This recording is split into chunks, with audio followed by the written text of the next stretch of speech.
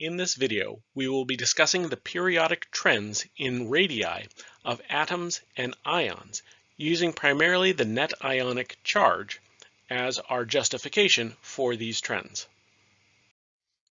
First, let's look at how we determine atomic radii. There are actually several different methods for measuring the radius of an atom, and they give slightly different numbers. There is the van der Waals radius, which comes from non-bonding pairs. So if we have something like krypton, and we get krypton in a solid form, then the distance between two krypton atoms would be the sum of two radii. You can think of the krypton atom as essentially being a sphere, and so going from one nucleus to the next is actually two radii of distance. So you would take the distance between two atoms, divide in half, and that would give you the radii for an atom. There's also the covalent radius, which occurs through bonding. So if we had bromine, Br2, a bromine bound to a bromine, when atoms form bonds, the distance between the nuclei is a little bit shorter than what you would see for a van der Waals radius. So the values for covalent radii are actually a little bit smaller than you would see for a van der Waals radius. Part of the reason for this is when you're sharing the electrons through the bond, that has a tendency to bring the nuclei closer together. When we're talking about the atomic radii and the trends in this particular video, we're going to be referring to the atomic radius, which is an average of the radii of an atom based on measuring a large number of elements and compounds. So essentially it is a mixture between a lot of these van der Waals radii and covalent radii averaged together. When we are considering atomic radius, we're going to be looking at left to right motion across the periodic table, so across a period, and then vertical motion up and down a group. So as we go left to right, so towards helium, the atomic radius decreases across a period. So what that means is that hydrogen has a larger radius than helium does. This is in alignment with our concept of effective nuclear charge.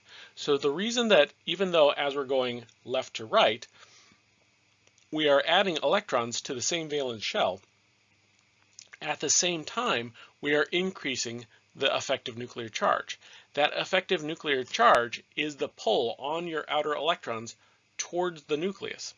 So if the charge that your outer electrons are feeling increases, that will pull them in more, thereby decreasing the radius. So the radius essentially is where are the outermost electrons. So if we have a greater force pulling those electrons in, then the radius will decrease.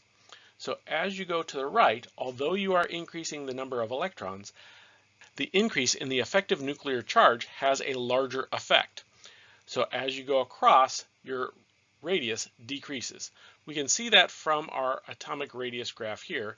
As you go to the right, so lithium down to fluorine, you see that the radius is decreasing. From sodium to chlorine, it's decreasing. So lithium to fluorine, it decreases. Sodium to chlorine, it decreases. So as you go to the right, the radius decreases. The other one that we're going to be interested in is what happens going up and down. So the atomic radius increases as you go down a group. Part of the reason for this is that the valence shells get larger as you go down the periodic table. Essentially, the new valence shell is outside of the previous one that you were working on. So by that logic, it should be larger because it is outside. Also, the effective nuclear charge decreases as you go down a column, which means that the nucleus is pulling less hard as you go down. We can see this from looking at our atomic radii. So if we compare going down a column of lithium, sodium, potassium, rubidium, so as we go down this column, you can see that the radii get bigger and bigger and bigger. They do sort of plateau out as you keep going down because the difference in the effective nuclear charge between cesium and francium is not nearly as big as it is going across a period. One of the main things that we can do that will affect the radius of an atom is to either add or remove electrons. We will first focus on removing electrons, which would give us a positive charge. Positively charged ions are called cations. The radius of a cation is smaller than its corresponding atom. If we look at lithium as an example, lithium plus, where we have removed one electron, has an atomic radius of 60 picometers, whereas lithium neutral, having not removed an electron, has an atomic radius of 152. So you can see that there is a large difference between the cation and the neutral atom. As we remove more and more electrons, the resulting cation gets smaller and smaller. The reason why the atom gets smaller when we remove an electron is the loss of electrons results in the remaining electrons in the atom experiencing a larger effective nuclear charge than the neutral atom. So by removing an electron, particularly where we are stripping away all the valence electrons, as is the example with lithium plus and beryllium 2 plus, what's left are our core electrons. And because the beryllium has more protons in its nucleus than the lithium does, there is a greater effective nuclear charge on the electrons that are remaining, and that will pull those electrons in more and more towards the nucleus. So as we increase the positive charge, going from a 1 plus to a 2 plus to a 3 plus, the cation gets smaller and smaller. So a general rule of thumb is the larger the positive charge on the cation, the smaller the atom is going to be. We can also look as we go down a group. So lithium plus versus sodium plus versus potassium plus, you can see that we see the same effect. The cations are always smaller than the anions. In fact, the cation for potassium is actually smaller than the neutral atom for the lithium. So what this means is that removing an electron drastically shrinks the size of the atom. Again, as we go down the periodic table, the atoms get bigger. The cations also get bigger, but the cations themselves tend to be smaller than the neutral atoms. So rubidium plus is actually smaller than lithium, even though it is a good ways further down the periodic table. Traversing to the right across a period tends to increase the effective nuclear charge for an isoelectric cation. Isoelectric means it has the same number of electrons. This causes the cations to get smaller. So if we go to the right, each one of these, the lithium, beryllium, and boron, will all have 2 electrons. We have a lithium plus, beryllium 2 plus, and boron 3 plus. What that is essentially saying is the 1 plus means we have 1 fewer electron than we have protons. The 2 plus is 2 fewer electrons than protons, and the 3 plus is 3 fewer electrons than protons. What that means is that for each one of these, they all have 2 electrons. The radii, you can see, decreases dramatically as we go to the right for systems that are isoelectronic, things that have the same number of electrons. And that's because as we go to the right, they pick up a larger and larger positive charge. So the general rule for cations is the higher the positive charge, the smaller the atom is going to be.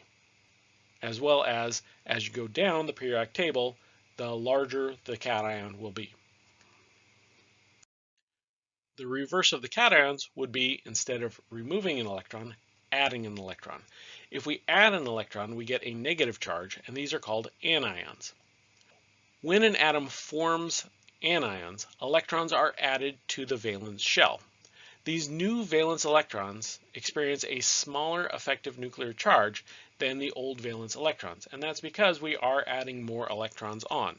While those electrons in the valence shell don't have the same shielding effect as the inner core electrons, they still participate in some shielding. As a result, the anions are larger than their neutral atoms. As we go down the periodic table, we also see the anions getting bigger. So the general trend for anions is, as the charge increases, becomes more and more negative, the atoms are going to get bigger, and as you go down the periodic table, the anions get bigger. However, you should note that the size difference between a -1 and a -2 in the same period is not as big as what we saw for the cations. So the effect of adding an extra electron does make the atom bigger, but it's not as big as the difference for the cations.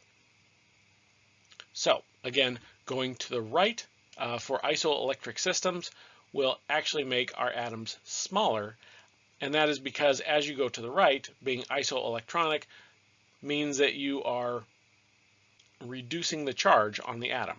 So oxygen 2- and fluorine minus have the same number of electrons, but the oxygen 2- has a larger negative charge, which makes it bigger. Those outer electrons are repelling each other more, and so you get a bigger radius. So to summarize, when you are trying to compare the radii of ions, ions that are in the same column of the periodic table are going to have the same charge. Typically, atoms are going to try to add or remove electrons to get to a noble gas configuration. So if you're in the same column of the periodic table, you are the same distance to the nearest noble gas. And so as you go down the periodic table, your ions are going to have the same charge. The ion size increases as you go down a column. So the higher the valence shell number, the larger the ion is going to be. So for example, O2- will be smaller than S2-. They're in the same group, and so will have the same charge, but the sulfur is further down the periodic table than the oxygen. Cations are going to be smaller than neutral atoms. Anions are larger than the neutral atoms. So for example, a carbon with a +1 charge will be smaller than carbon, which itself will be smaller than a carbon with a -1 charge. Cations are smaller than anions. There is a couple exceptions, and this would be the rubidium plus and the cesium plus are bigger than or about the same size as the fluorine minus and the oxygen 2-. However, we should note that the rubidium and the cesium are on the bottom left part of the periodic table, and the fluorine and the oxygen are in the upper right. So the fact that they are close to the same size should really tell you the effect of having a positive charge. That makes these much, much smaller than the neutral atoms, and these are a little bit bigger than the neutral atoms. The larger the positive charge, the smaller the cation is going to be. And that's for isoelectronic species. So species that have the same number of electrons, you'll have some that have a larger charge than others.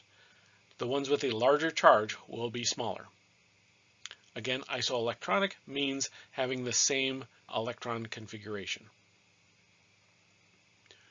The larger the negative charge, the larger the anion will be for isoelectronic species.